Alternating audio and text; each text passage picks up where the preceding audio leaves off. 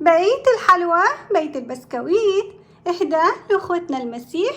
هذه عملتها في البيت، هكشف لكم سر لهذا البيت شلون مصنوع من مكونات بسيطة، ورغم هذا يكون بأسعار خيالية. لا تتصوروا عمله صعب، صح الحلويات عالم خاص، شي معقد يحتاج له ناس دارسة دراسة، بس حفرجكم شلون هتعملوا هذه أصعب شغلة ممكن تشتغلوها في البيت، بس بطريقة سهلة ورخيصة جدا.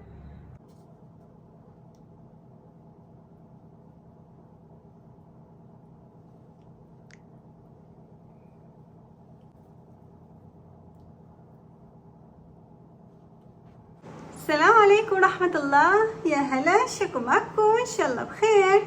اليوم وصفتنا حتكون آخر حلقة من سلسلة الحلويات، مثل ما وعدت أخواننا المسيح إني أعمل لهم بيت الحلوى أو بيت البسكويت إلى أسماء عدة، أو بيت بابا نويل مثل الأطفال يسموه. اليوم راح نعمله بهذه المواد. عندي هنا مواد الآيسينج 3 بيض، راح أخذ من عنده بس البياض، وعندي 4 أكواب شكر ناعم، شكر مطحون يعني فانيلا، وعندي مقادير البيت البسكويت. هنا كيلو طحين راح اخذ، وكوب ونص زيت، وكوب ونص شكر، مع بيضتين وظرف البيكنج باودر. هذه الحلوى للتزيين. هسه قبل ما ابدا الفيديو لا تنسوني باللايك والاشتراك، فعلوا خاصية الجرس حتى يجيكم اشعار كل فيديو جديد انزله. نبدأ نعمل بيت البسكويت. كوب ونص زيت، بسم الله. كوب ونص شكر، هذا مج كبير، كوب ونص شكر، والفانيلا، بسم الله. البيضة الأولى، بسم الله. البيضة الثانية، وكوب ونص مي. هسه رح نخفقه. هسه كريمي قوام ذات الشكر. بغير هذا المضرب، أضيف الكف، حتى هذا الكف ما يصحي الجلوتين. أضيف المواد الجافة، نخفق على الكف.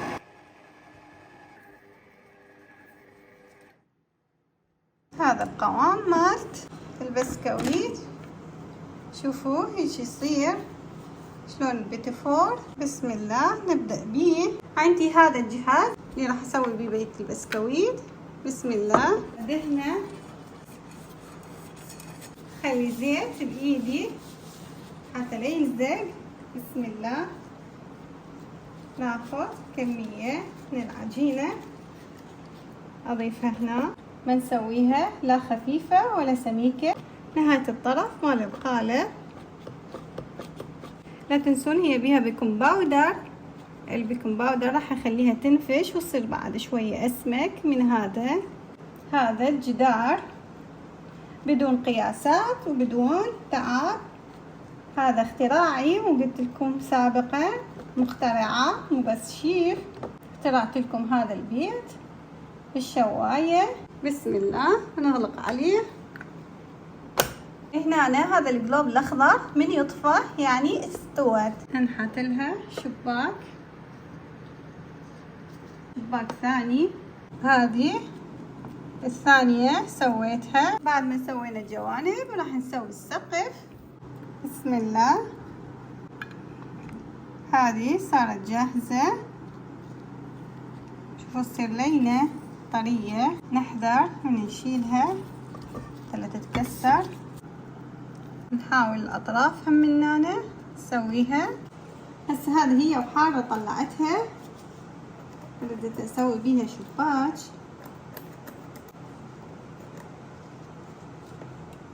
حتى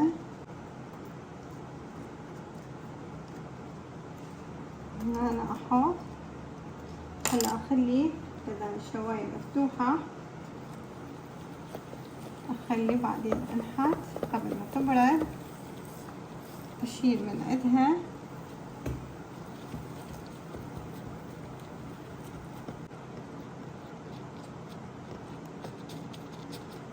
نحاول نعدلها.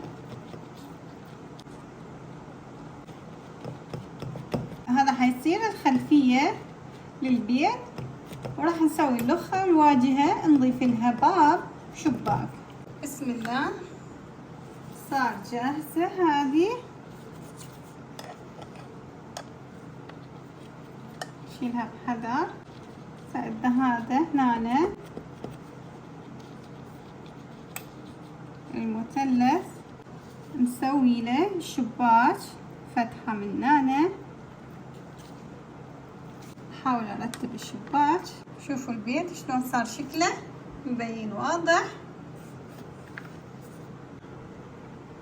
بسم الله، صار جاهز. هسه كمل عندنا البيت، كل الاضلاع كملت عندنا. هسه نفصل الصفار عن البياض. هحتاج بس البياض للايسينج. بسم الله، اخذ زلال البيض اللي هو البياض،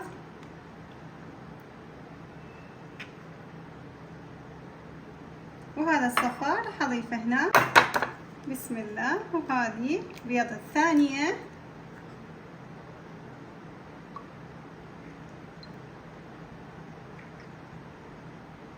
اخذ البياض كليته، لان هذا البياض راح اخلطه اسوي كريمي ايسينج ويا الشكر الباودر. بسم الله، وهذه الثالثة.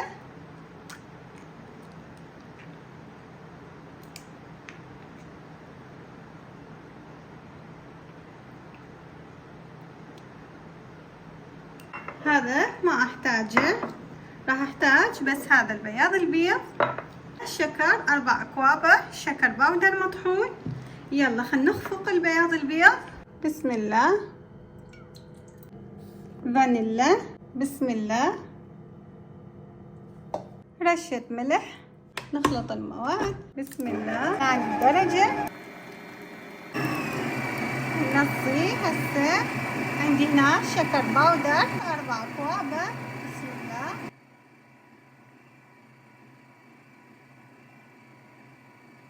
نضيف شوية شوية. صار جاهز الايسينج. شوفوا بسم الله ما شاء الله. هذا هسه عندي هذا كيس التزيين. ناخذ من الايسينج. بسم الله، ريحته تخبل، ريحة الفانيلا.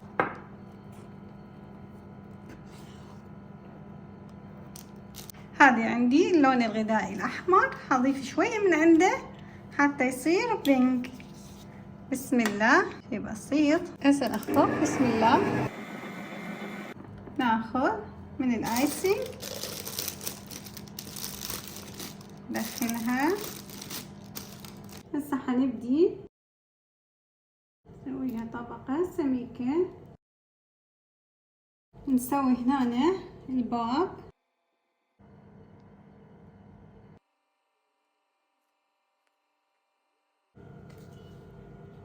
هذا شنو حيكون حماية للجلاس حتى لا ينزل. بسم الله،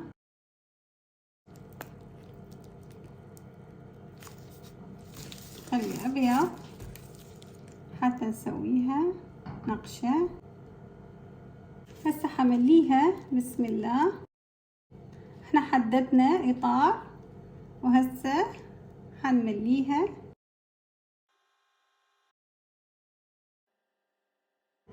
تقدرون تسووها لون أزرق على سمائي إذا تحبون تهدوها لأولاد، بس أنا حبيت أسويها بينك. هذا البيت حيصير إلي. شوفوا صورة سهلة ندمجها. حطينا إطار حتى لا ينزل من عنده. بسم الله،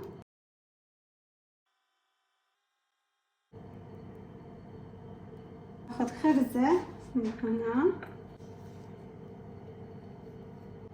بسم الله، هسه داير مداير الشباك نحط كأنما ورد، حطه بصورة عشوائية.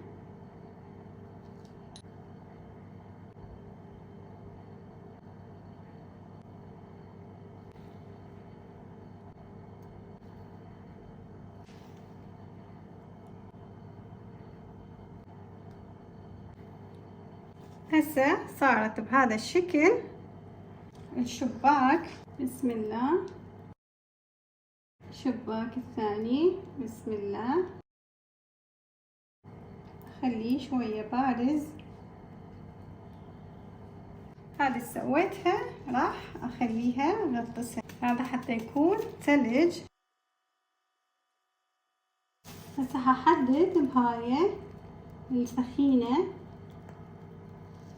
حدد بيها حتى لا ينزل من عندها الايسنج. وهذا الخفيف استخدمه للطلاء.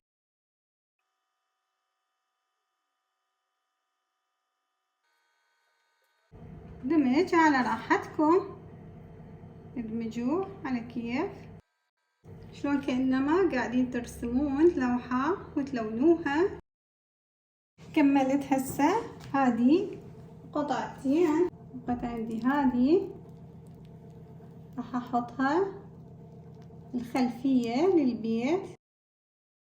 بدي اطلي هذا كليته، واحد يستمتع من يسوي الحاجة تطلع حلوة مبهرة.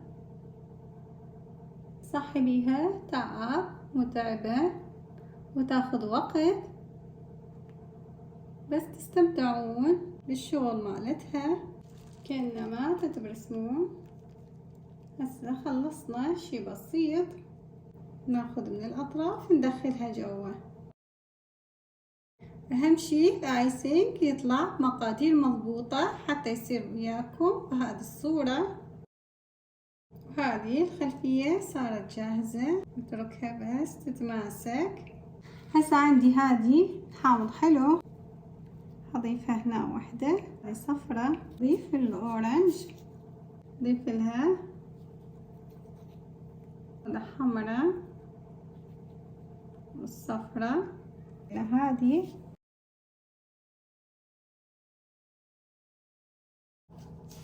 هسه نقط صغيرة،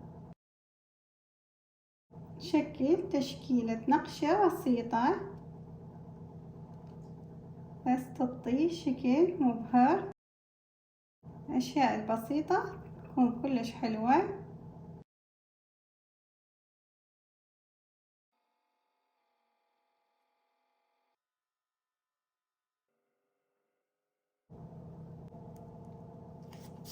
هسه ننقش هذه وهذه زخرفة بسيطة، سويها عشوائية لا واحدة بصف اللوح.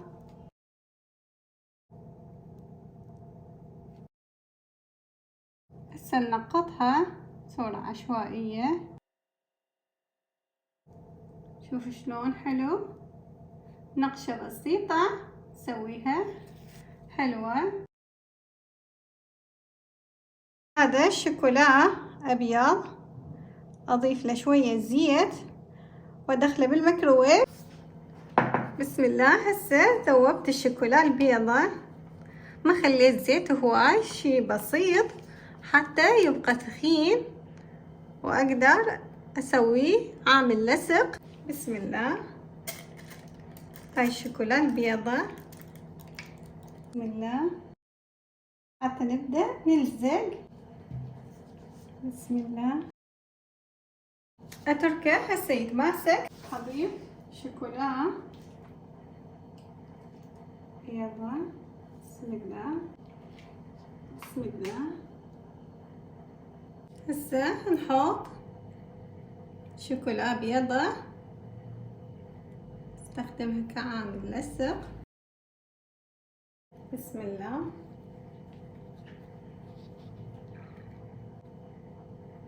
هذا صار، هم حتركه شوي يتماسك واضيف بعد.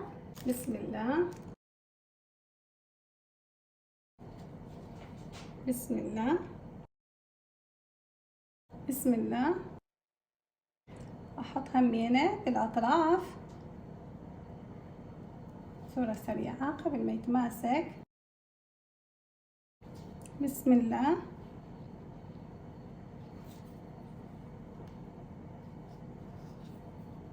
احاول اضيف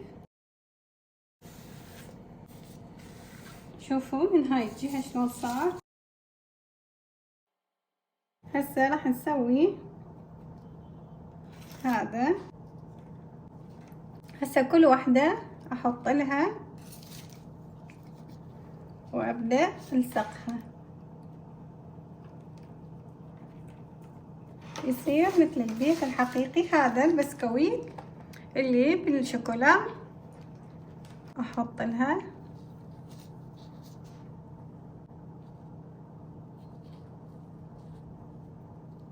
استمر، راح اسويها وارجع لكم حتى لا يطول عليكم الفيديو.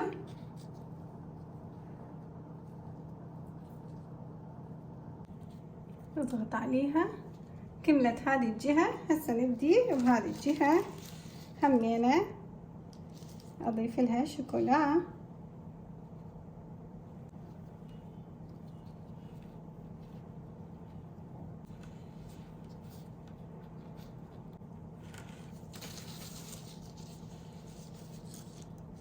هذا طبعا شكلها حيصير كلش حلو. اليوتيوب كله ما فيه مثل هذا الديكور، كليته اختراعي. الشواية احسن ما تسوون قياسات تحطوا بالفرن تحطوا بالشواية، الاضلاع كلها متساوية مثل ما رويتكم، والتزيين بسيط وحلو. تقدرون تسوون حتى بدون تزيين، تحطون مجرد بس ايسينج ويصير حلو. اذا تحبون تزينوه زينوه براحتكم على طريقتكم، كل ما ابدعتوا صار حلو اكثر. تقدرون تلزقوها بالايسينج يصير، بس الايسينج لازم اظل كامشته هوايه لحد ما يتماسك. الشوكولا بس اضغط عليه واحطها واتركها. نوصل للطرف الاخير. اسوي اطار للبيت، راح اكمل الاطار وارجع لكم. هنا أنا راح احط الحصو، نعتبر هذا كعامل لصق. هذا الحصو بسم الله، والخشن احطه بالاطراف. هذه الحصوة احنا نسميه هو الحجارة. بسكويت اللوتس طحنته وراح احطه هنا بسم الله، يعني يصير مثل التراب، لان هذه حديقة نضيف هناها. نحاول نوزع البسكويت. هسه حتى اضيف كأنما ثلج نازل عليها.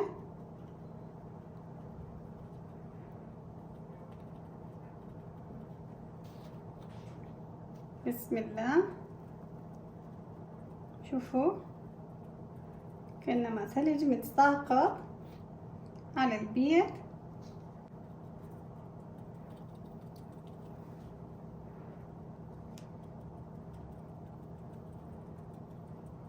هذا صار بيت الكريسماس. راح يجينا بابا نويل.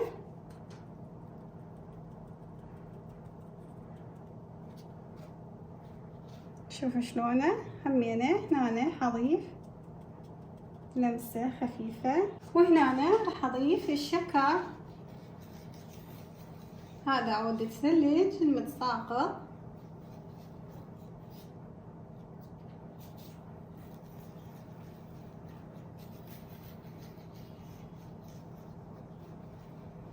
شوفوا رسمت لكم لوحة بالحلويات شلونه. هسه راح اضيف المدخنة للبيت.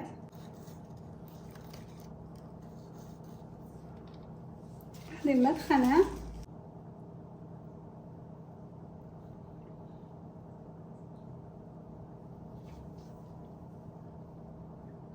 هذا الثلج ننزل من عند المدخنة. واذا حابين تضيفون حلويات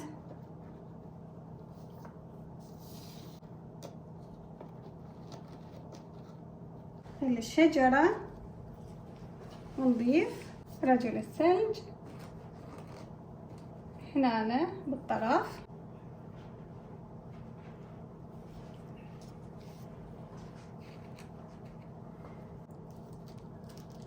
نقدر نحط الهدايا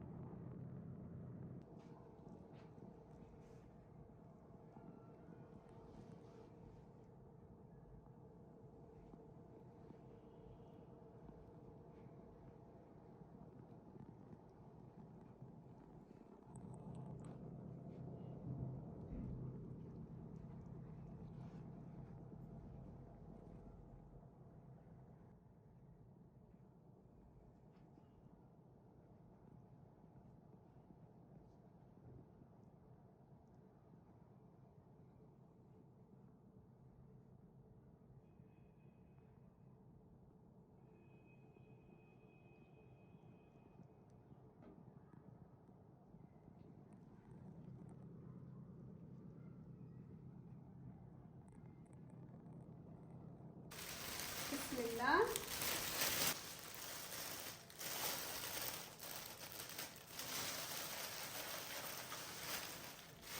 إذا حابين تودوها هدية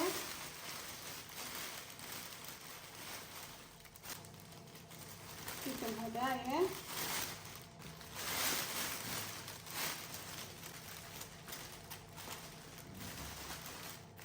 شوفوا شكلها كلش حلو وكشخار، ودوها هدية.